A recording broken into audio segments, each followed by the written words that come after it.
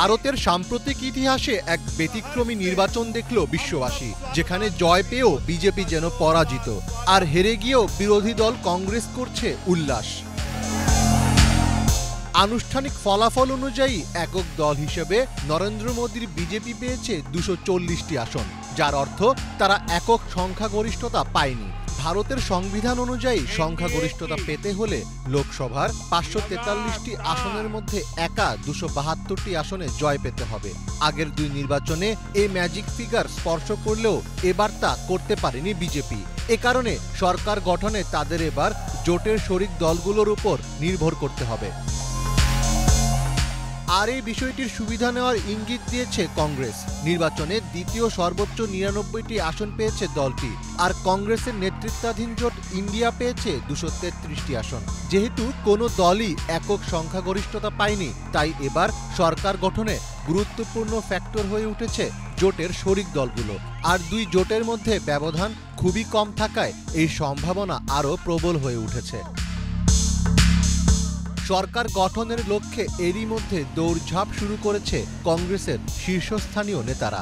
ভারতীয় গণমাধ্যম হিন্দুস্তান টাইমস জানিয়েছে, এনডিএ জোটের শরিক অন্ধ্রপ্রদেশের তেলুগু দেশম পার্টি টিডিপির প্রধান চন্দ্রবাবু নাইডু এবং বিহারের জনতা দল ইউনাইটেড জেডিইউ এর প্রধান নীতিশ কুমারের সঙ্গে যোগাযোগ করেছেন কংগ্রেস প্রধান মল্লিকার্জুন খাগড়ে।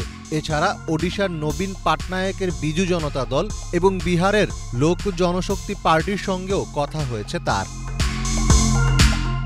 নীতিশ কুমার এবং চন্দ্রবাবু নাইডুর দল মিলে 28টি আসন পেয়েছে বলে আনুষ্ঠানিক ফলাফলে দেখা গেছে।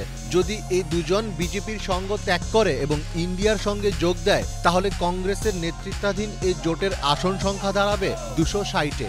অপরদিকে বিজেপির এনডিএ জোটের আসন সংখ্যা কমে দাঁড়াবে 260-এ। তখন এই দুটি জোটেরই সংখ্যাগরিষ্ঠতার ম্যাজিক ফিগার 272 থেকে 12 আসন কম থাকবে। আর এই বিষয়টি তখন পূরণ করতে পারবে স্বতন্ত্র প্রার্থীরা। তারা সরকার গঠনে সহায়তা করতে এগিয়ে আসতে পারে। জোট পরিবর্তন করার জন্য অখ্যাতি রয়েছে আসামের মুখ্যমন্ত্রী নীতিশ কুমারের। তিনি গত 10 বছরে মোট 5 বার জোট পরিবর্তন করেছেন। চলতি বছরের ফেব্রুয়ারিতে ইন্ডিয়া জোট ছেড়ে মোদির এনডিএতে যোগ দেন তিনি। অপরদিকে চন্দ্রবাবু নাইডু 2019 সালের নির্বাচনের আগ মুহূর্তে মোদির জোট ছেড়ে দিয়েছিলেন। এরপর এবারের নির্বাচনের আগে আবার জোটটিতে যোগ দেন নাইডু। তাই দর কষাকষিতে যদি কংগ্রেস জিতে যায়, তবে পাল্টে যেতে পারে পাশার দান, আর কপাল পুড়তে পারে নিজেকে পরমাত্মা দাবি করা নরেন্দ্র মোদীর। মীর ফজলে রাব্বি, বাংলা ভিশন।